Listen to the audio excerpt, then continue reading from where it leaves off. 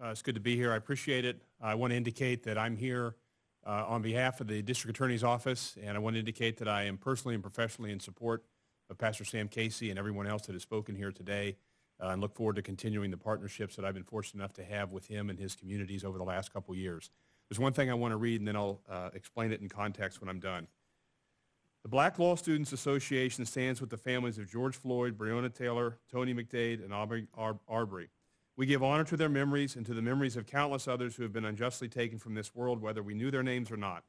We extend our heartfelt condolences to their loved ones and acknowledge that the people they have lost are more than a hashtag. Black people are in a unique position today, facing both the brunt of the COVID-19 pandemic and the unrelenting violence against our brothers and sisters all across the country. In the last month, we have seen videos of Ahmaud Arbery and George Floyd's murders. We have seen reports of Breonna Taylor and Tony McDade's murders. This trauma is incessant in the age of social media and more than any community should have to bear. While we continue to grieve Mr. Floyd and others, we are reminded that murders like his are the result of centuries of injustice and oppression, of this country's refusal to address and change its longstanding practice of anti-blackness. More often than not, senseless killings by police result only in superficial reprimand that falls short of addressing the underlying problems that support a racist system.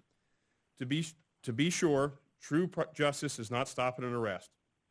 True justice requires that we re-examine the structural inequities that continuously exclude and actively oppress black and brown people. Many of us apply to law school hoping to make a difference, to be an ally. As lawyers in the majority, many of you will have access to spaces and tables that your black counterparts will not. When the time comes, it will be important for you to remember the moment. Remember your responsibility as movers and shakers in our justice system. Remember that your black friends will continue to mourn long after this country is forgotten while we are protesting to begin with.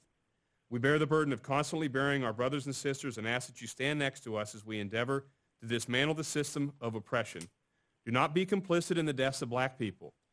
Have those tough conversations with your family, friends, coworkers, and fellow students.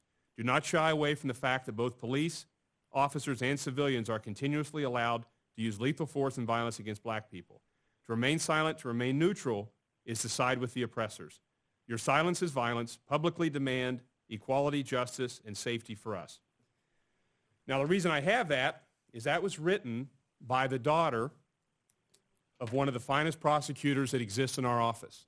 She's been there 30 years. She's an African-American lady who was born and raised in North Carolina, and her daughter's in law school at Cornell in New York, and primarily responsible for writing that article. It was through Providence that my colleague in the office sent me that. I've known that little girl since she used to take piano lessons from my daughter. I know exactly what that embodies. I'm here to commit to the county and to the community that the spirit that's embodied in that article written by somebody I know and am fortunate enough to work with her mother will be the spirit that's embodied in my office as long as I'm fortunate enough to serve as your district attorney in this county. Thank you.